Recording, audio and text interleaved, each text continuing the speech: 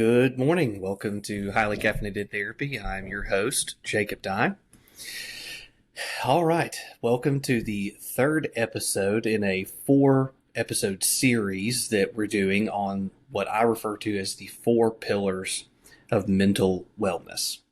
Now, to recap our first couple of episodes, the first episode we talked about the first pillar, which is gratitude. Last episode, we talked about the second pillar, which is agency, or kind of our ability to influence or control things. And then today, we're going to be hitting on the third pillar, which is humility. And then next week, in the fourth and final episode, we'll be talking about meaning and purpose as that fourth pillar. So today, let's dive in with humility. So what does humility have to do with being mentally and emotionally well? In my experience, as I have sat with clients, so many times clients that come in that are resistant to change or in a place where change is difficult, they come in with a sense of pride and a sense of arrogance that they know way more than myself or anyone else in their life. And this is most stereotypically seen in addiction, where clearly someone has some sort of substance abuse issue, but they're totally closed off to the idea that they could have a problem. And so, instead they say, well, no, I don't have a problem. I'm just here because so-and-so wanted me to come. And I don't have a problem. Same thing with teenagers that I see a lot, to be honest, where they just aren't open to feedback or aren't open to some of the basics of therapy, let's say. And it's just because there's this sense of I know better and people can't really tell me what to do, or people don't understand me. So that idea, kind of the inverse of humility here is pride. Pride keeps us closed off to wisdom that other people can speak into our life. And the longer we remain closed off to that, kind of the more problematic, things become for us. So for our purposes today, let's look at how, I define humility, particularly like kind of the key aspects of humility in the therapeutic space. So when we look at the key traits of humility in mental and emotional wellness, first is an openness to being wrong and or to being able to admit what you don't know. The second trait is being accepting of the reality of pain and suffering. We'll come back to that here in a second. And then third, a willingness to ask for help. So let's run through those in a little more detail. So openness to being wrong and or to not knowing. That goes back to the first example that I provided when we opened the episode. If we come into any, not just the therapeutic space, but just in life, if we're not open to the possibility of being wrong, it's usually not good. Because while you know a great deal and while you have a tremendous amount of insight into particular things, you don't know everything. And one of my favorite quotes, and I used to say this all the time in college, not knowing that it was a quote from Socrates. But one of my favorite quotes from Socrates is, all I know is that I know nothing. And you may have heard people refer to something called the Dunning-Kruger effect. So the Dunning-Kruger effect is the tendency of individuals to overestimate their abilities, especially those who perform the worst. So, for example, people who perform poorly may not recognize the mistakes they're making, so they don't seek out opportunities to improve. You know, see, again, take this, people come in, they have a substance abuse problem that's rampant, but they don't think they have a problem. And, it's an example of the Dunning-Kruger effect. So humility, kind of this first aspect of it, is just being open to saying, hey, you know what? There's stuff I don't know. And I may be partially right in this circumstance, or I may know something, but I probably don't know everything. And so I want to be open to the possibility, at the very least, that someone knows something that I don't, or that I might be wrong. Now, I think it's important here to say you can go too far in that, in being open to everything.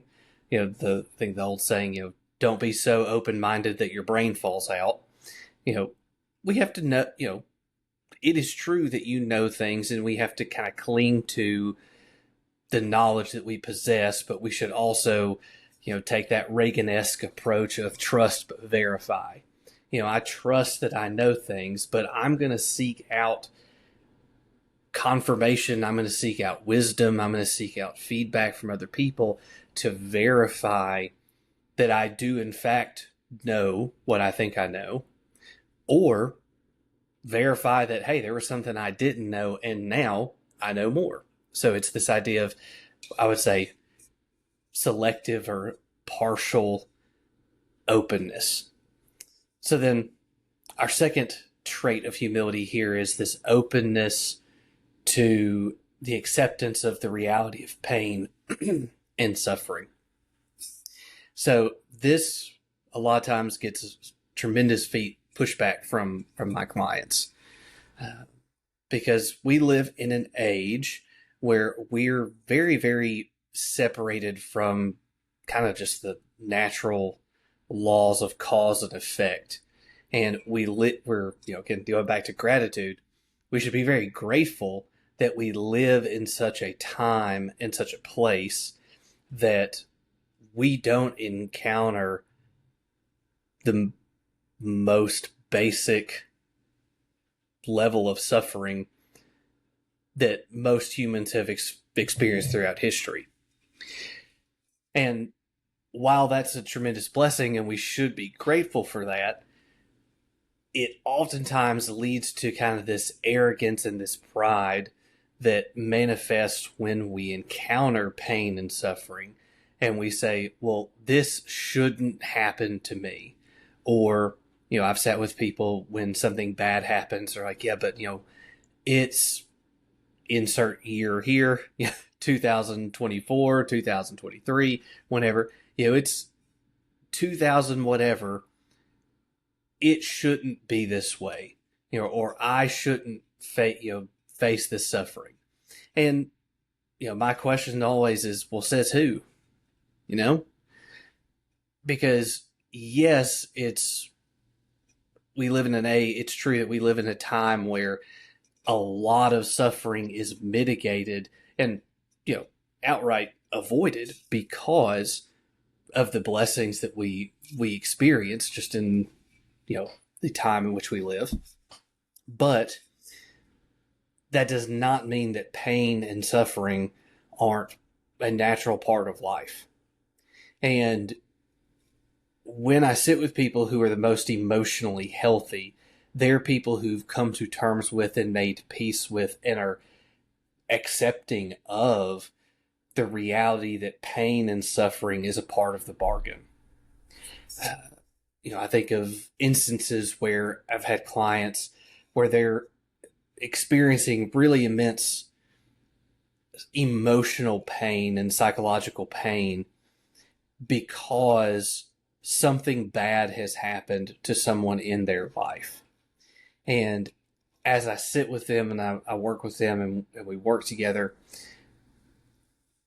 as I see them moving towards the acceptance that the pain they're experiencing, the suffering they're experiencing, the suffering their loved one is experiencing is kind of a natural part of life, The closer they get to that idea, the more peace they have, and the more mentally and emotionally healthy they become.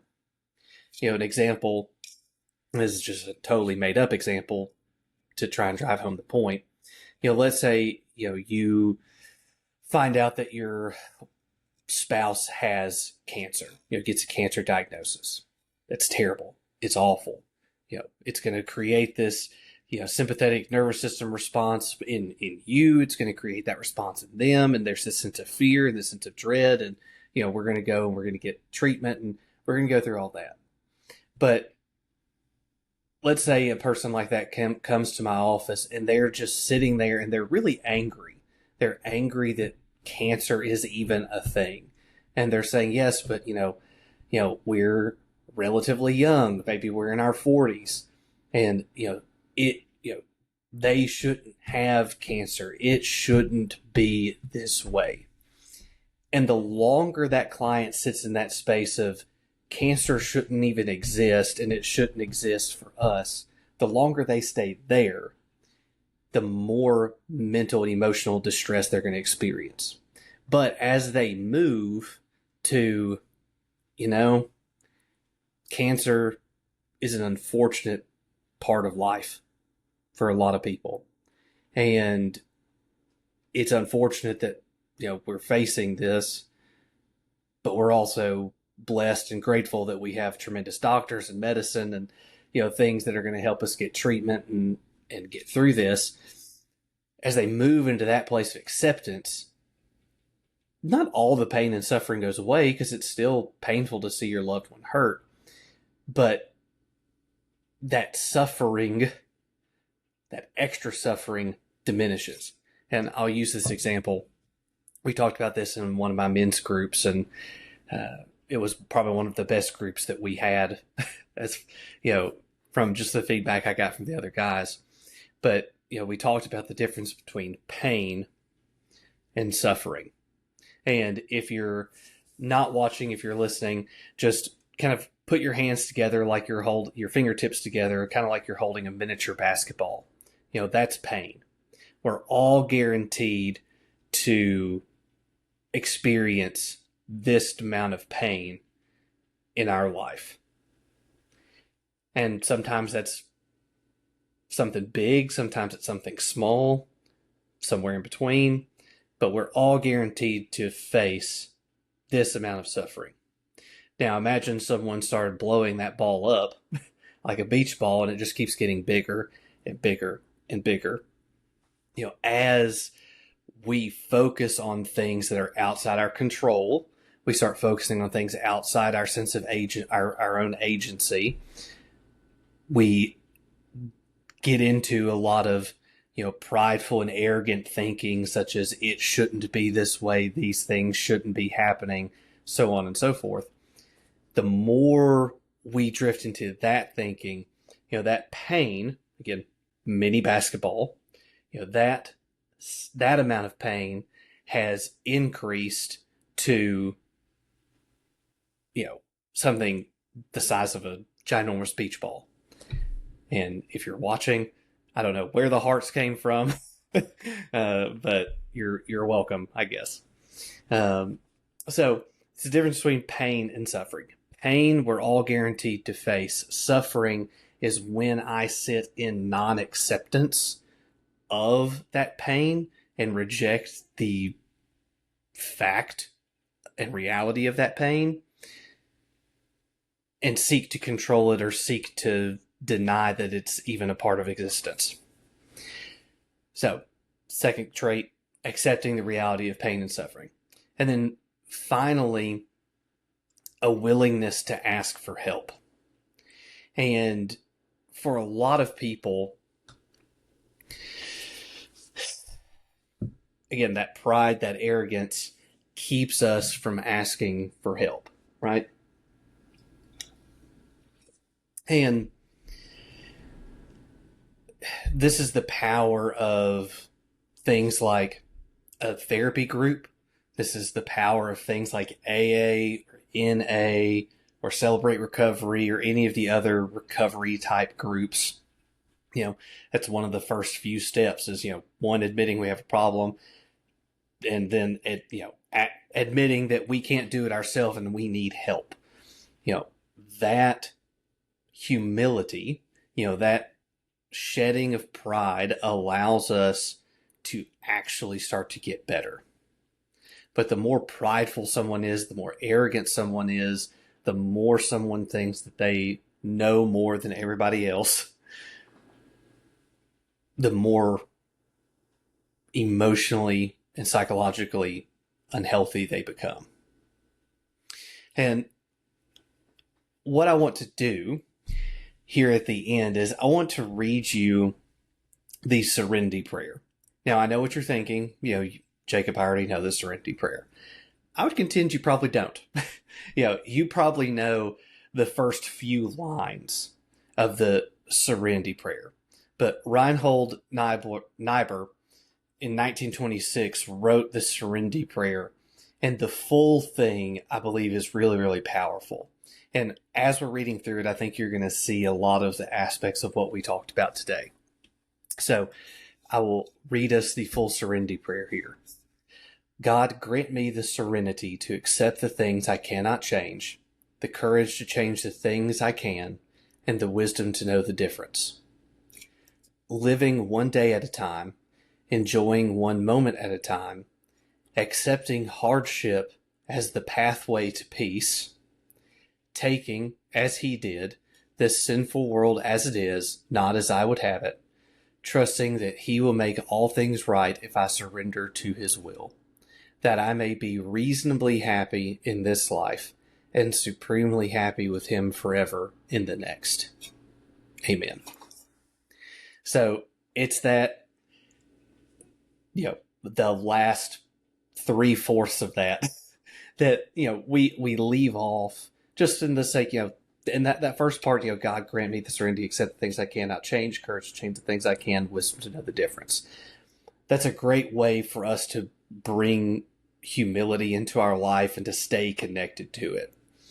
But I think having that full peace really, really makes sure that we're staying open to the aspects of humility that matter the most and have the most profound impact. I have highlighted here in my notes where I had it written down, accepting hardship as the pathway to peace. When I introduce this to people, I cannot tell you the number of people that push back on accepting hardship as the pathway to peace, because they say, no. Like, I shouldn't have to go through hard times to find peace.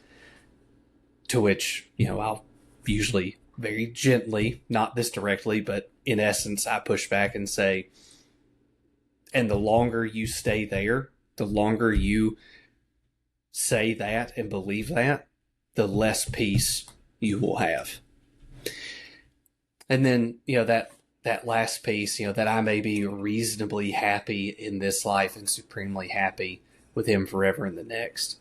Again, this gets into, kind of jumps into where we'll go next week with meaning and purpose. I tell clients all the time, it's like, this is a controversial statement from your therapist, but I don't want you to be happy. Now, do I want you to experience happiness? Do I want you to experience joy and gratefulness and gratitude? All these wonderful things. Sure, absolutely. But we live in an age where the predominant philosophy for the last 20, 30 years has been, well, just do what makes you happy. To which I would say, how's that working for you? Probably not.